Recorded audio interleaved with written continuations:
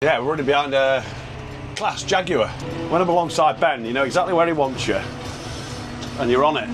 I don't want to take my own trailer over, let alone somebody else's. Can you hear that Class roaring? I love blackcurrant jam. Ooh, that's proper sharp stuff. There's a little mark on there where the liquid's got to be up to. Oh, we're getting close now. That's been a roaring success.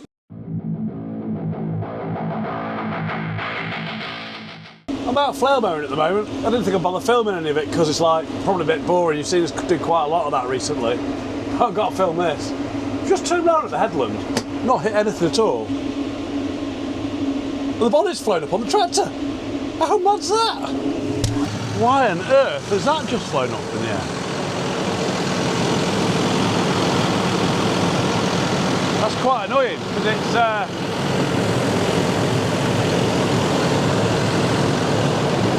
all the stuff off there now, off the front of the grill, got through the radiator. Hang on, this thing's a bit more whacking. Not sure what's gone on here. Well, it's shut now, don't know why. It's like the catch was just flicked round. It's a bit bizarre. Well, let's see if we can carry on. Now, this is interesting. Mr. Harrison was banging on the other day in his super duper Fendt 728, banging on that all the John Deere's overheating. Why don't John Deere do this and that and the other?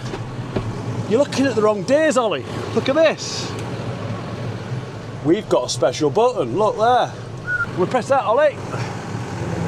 Boom. Reversing fan.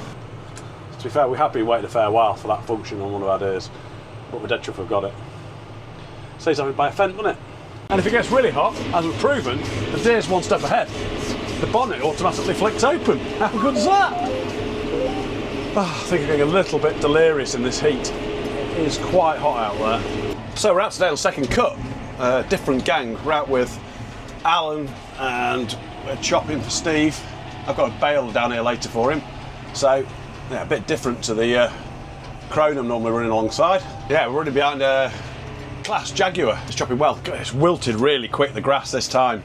It's been so hot the last 2 days. I've not got our trailer on, we've got an old Bailey trailer behind. It does crack on well though, this Class. There we go, we're chopping. A bit rough down here in the gateway. Whoa.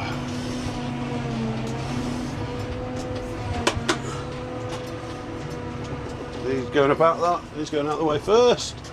When I'm alongside Ben, you know exactly where he wants you, and you're on it. Well, you chop with a different chap, and they sometimes like the trailers in a different place. Spouts all over the place, where do you want me? Well, there we go, so we've got the first trailer full. I'm not really sure whether that was very good or not. Couldn't really work out where I was meant to be positioned on the chopper. As I say, normally chopping with Ben, I just put the trailer in the right place and he fills it.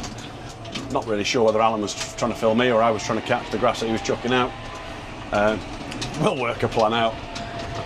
He was smiling afterwards anyway, so I don't know if he was laughing at my driving. Or just pleased that we caught the grass. It's quite a good crop on though for this second cut. I think first cuts seemed to be a bit steady everywhere. This field's a bit lumpy down here in the gateway. It's fucking horrible. Ooh. I don't want to take my own trailer over, let alone somebody else's. There we go, we're out the field. We'll keep trucking. I think there's 5 of us on ferrying for these ones. I think there's 3 fields over here to do. And then I'm going to drop this trailer off. They're going to move closer to home. And I'm going to put my baler back on that I brought down with me this morning. And I've got 3 fields to go and bale for them. So, yeah, today is all about grass. Talking of grass, see one of the new Hollands? Grassman sticker in the front of it. Kids love that, don't they? Fair dues to Gareth, he has created one heck of a brand with that. All the kids want a Grassman t-shirt or stickers in the tractor. We're all just tipping our first loads off now. Steve's on the McCormick. Watch this go. It smells lovely. Like, imagine mowing your lawn, but just like times 1,000. It smells fantastic. Oh, this is what trailers are. I think it's an old Richard Western, isn't it? I think. Looks like a Western. We'll get the grass coming out now.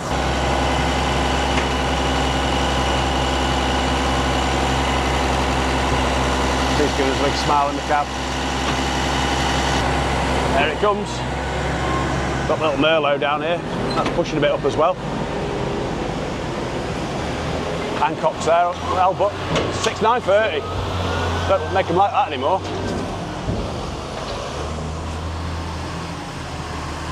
Let him push them that way. He's got a grassman top on as well. They're all into the grassmen round here. So I think we're going to let Hancock get a bit of that grass out the way first.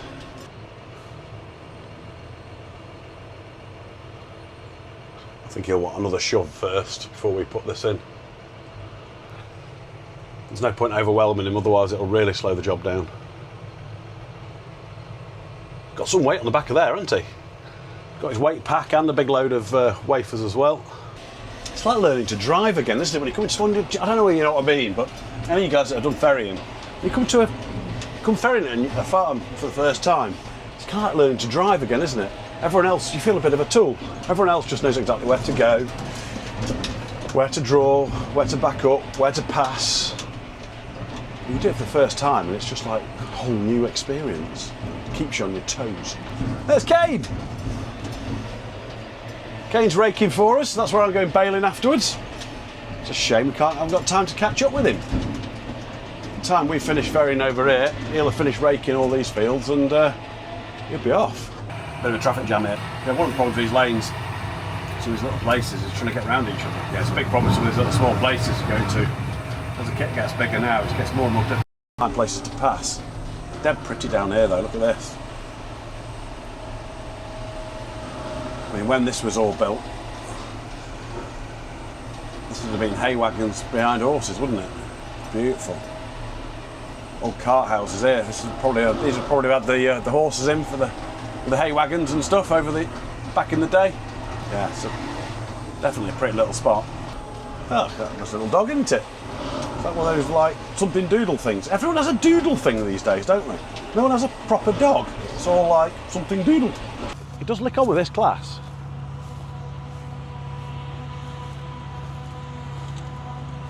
This Jaguar was a hell of a machine. I mean, that's chucking some grass out now, isn't it? McCormick sounds well. I don't know if you can hear the engine just chewing a bit now as it comes up. That's chucking some grass out now.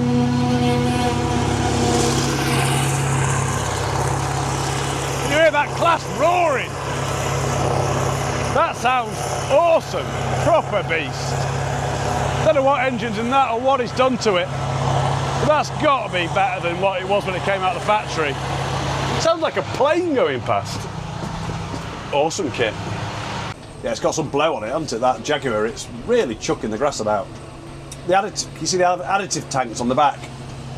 So that just goes in those two blue drums. See in the back of the chopper.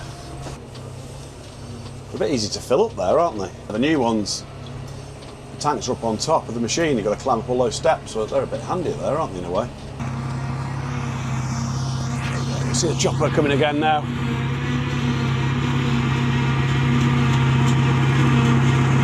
That's going really well, isn't it? That's banging down. Oh, listen to that.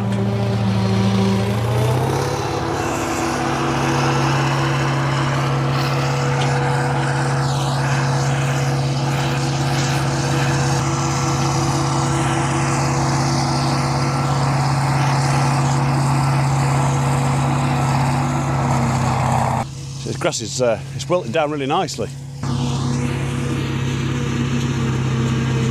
That's firing it in. Will he get it on the trailer? Or are you going to curse me for not getting on the tractor?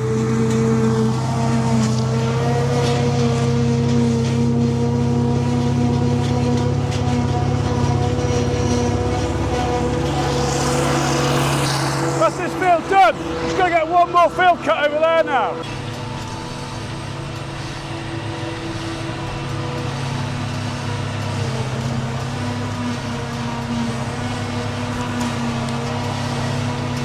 So we're alongside again now.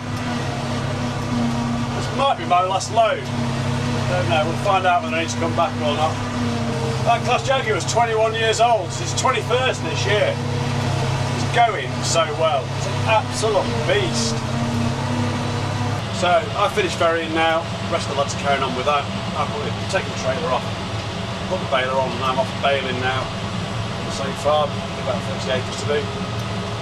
Just one to think about really. It's this field and the other field, they're sloping pretty much every direction, so just needs a bit of thinking about when you're dropping the bales out. Quite as easy as on a flat field where you can just pop them out behind you. Just got to best guess the slope and just try and keep the bales around so they don't roll off. So I'm just backing round there, I don't know if you can see, just to a bit of an angle, not quite a steep slope here, hoping that when I flip this bale out, that it stays put. And it's not doing. Oh.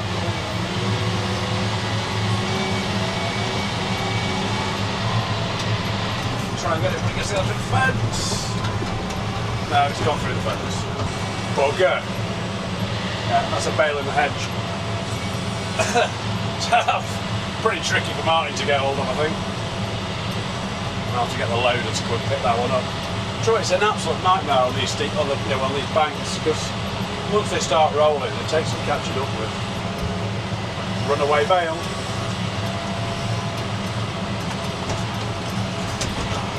Missed it. Chase the bale, chase the bale. Stop. Stop there. There we go, that one. Just give it a little nudge with the tyre and it stopped it. Ken made a pretty good job of rowing up. Got a nice big 4-outer rake. Just bring a good swath together. Just got back from baling. So what I like to do as soon as I finish is just give it a quick blow off. Get all the grass you'll see in here. All around the chains and stuff, you get bits of grass building up through the day's baling. So I just like to get rid of all the dust out of there. Don't like that all building up around the bearings and rolls and stuff.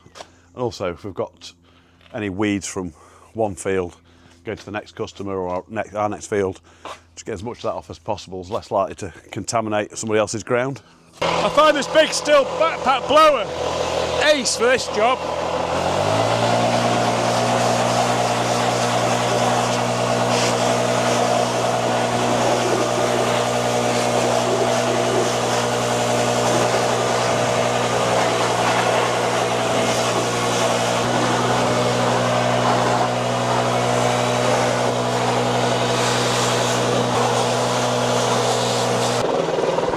It's also dead good to clean the cab out. So have the window or the roof open a little bit now and again just so I can listen to the baler. So you get a bit of dust in the cab.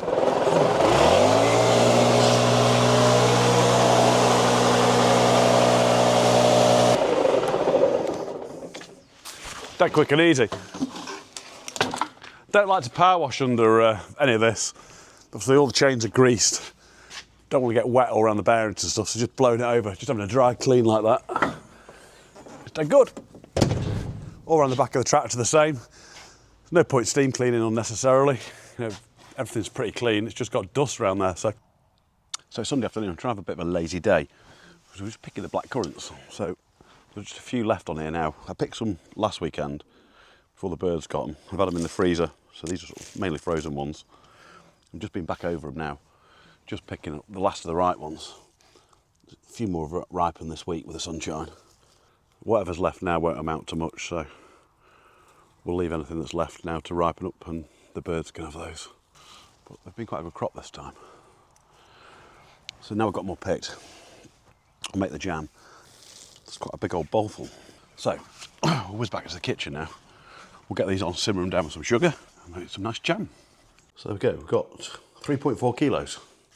Big pan here, hopefully without them going everywhere. Cool. Right, just consult the recipe book. So, I've got the jam book. So equal parts sugar to black currants. Cool, that's 3.5 pints of water. Got 1.4 kilos of fruit, 3.5 pints of water. So we can get that on now. Have it. Singe the hair off my arm. So just looking on the internet about black currants, and apparently 90% of the UK's blackcurrant crop goes to Ribena. Like, that's bonkers, isn't it? Off the scale, 90% of the whole UK crop of blackcurrants. I mean, obviously commercially produced. That's about 10,000 tonnes of blackcurrants a year. in the UK produced to make Ribena. Well, they're not getting any of ours. I'm having some jam. So it's not boiled yet, but we can see we've got like little floaty bits in here, like little bits of the end of the calyxy bit from the bottom of the fruit floating around. I can't see any bugs. There's a little bit of leaf there. I'm always really tempted to like want to strain everything out and get it all good. And then I think about my old mate Pete. He's big into his cooking and doing stuff like this on his farm down in Surrey. And it begs belief some of the things that end up in the things he cooks. So actually, I kind of think, what would Pete have done? What would Pete do? And he'd just leave it and be like, oh, bugger it, it'll be fine. And everything he cooks is really good. So I'm going to take the approach of bugger it, it'll be fine. Because that's what Pete would be doing. So yeah, we can let him try it first as well, perhaps when we next see him. So I think it'll be fine. It smells good. So let's just go up to the boil now. So I've moved it off the big nasty gas ring, put it onto the electric one where I can simmer it a bit more gently. A lovely rich colour now. Yeah, I like poking about in here. We made this kitchen just for messing around. You'll see when we were doing the hog roast and stuff. And oh no, that was it. When I was doing the hay in May, we were drying out grass in here. We made this little room when we built the house. So I've got my own little space to work with, so I can do bits of butchery, bits of batch cooking, that sort of stuff. I was hoping to do a bit of butchery, but I thought it'd be kind of nice to find a collaboration with someone that maybe there's someone else that's doing this content creating stuff that's into butchery locally, where we could break down, I don't know, one of our carcasses from, or you know, butcher down some of one of our longhorns, or come and give me a hand when I've been stalking, and we could do a deer or something. Maybe quite nice to get someone else involved. So any of you guys are watching that are master butchers and do a bit of YouTube content creation, if you're interested in doing a bit of a collaboration, let us know. But we've got a nice little facility here where we can do butchery and packing and cooking and whatever. So yeah, anyone fancies that, please get in touch. So whilst the jam's simmering now, I'm just going to put a load of jars in the oven. We heat those up to 80 degrees. That'll sterilise them. Just got the sugar out. Jane ordered.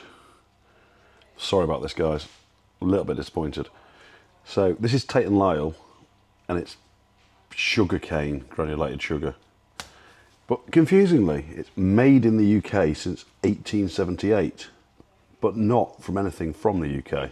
It's come from sugarcane, so it's all imported.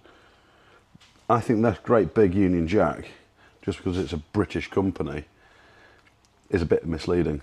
Really sorry about that. Just check to the website. Silver Spoon is the sugar we should be buying. Silver Spoon is made from sugar beet produced in the UK. I think that's bad and consumer misleading, having that great big British flags all over the Tate & Lyle stuff, which is made from sugar cane, which comes from, produced in the UK from raw cane sugar sourced from a range of non-UK countries. In the side print there, in the small print down the side of the bag. Urgh, won't be using that again. No, so Silver Spoon's where it's at. Ooh, that's proper sharp stuff. Well, that's simmered away a bit now. I think it's reduced quite well. So what we're going to do is take that off the heat, put in the nasty sugar. So it said we wanted about 3.5 kilos of sugar.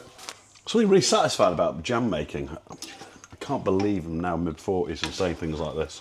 It's proper knocked down with the kids, but preserve and stuff like that, and just, I don't know, it's kind of part of our primeval sort of DNA, isn't it? You know, when there's a glut of food, trying to preserve that down for winter and whatnot, there's something quite satisfying about it. I'm definitely embracing middle ageism. It's just harvest time, isn't it? I mean, it's just like farming and storing the crop away. Now, blackcurrants are really high in pectin, so we don't need pectin sugar. We're just using normal sugar, bad sugar. What we can do now is we need to bring this to a boil. This is where the special jam thermometer comes in. Great big thermometer, and it's got a little slidey thing on here, which is a bit trick. This one's made by Tala. And that'll clip onto the pan. There's a little mark on there where the liquid's got to be up to. Yeah, so we need to get this up to 104 degrees Celsius. The little thingy's gone. Little thing gone. It didn't fall in there, did it? Oh no, it's not. I thought the microphone had fallen in the jam. That'd have been pretty disastrous, wouldn't it? Right, we'll bring that up to the boil, get it to its temperature, show you that, and then we can get it jarred off in a bit. We're getting close now. You can see through the steam.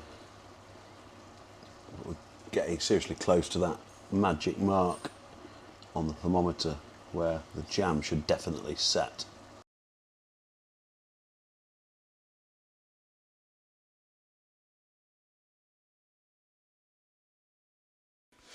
That's been a roaring success. We've got 17-pound jars of jam. And these two big kiln jars. Miles more than we need to eat. Make really nice presents, won't they, I suppose? It's kind of nice to, a bit of gratitude if you go to someone's house or something. You can take them a jar. I've got a great idea. I know who we need to send a big thank you to. I'm going to put one of these in the post. If you watch him, and you see one of these jars on his channel, gives a shout out in his comments, that'd be quite cool. So yeah, you might see one of these jars popping up on somebody else's channel. Wait and see.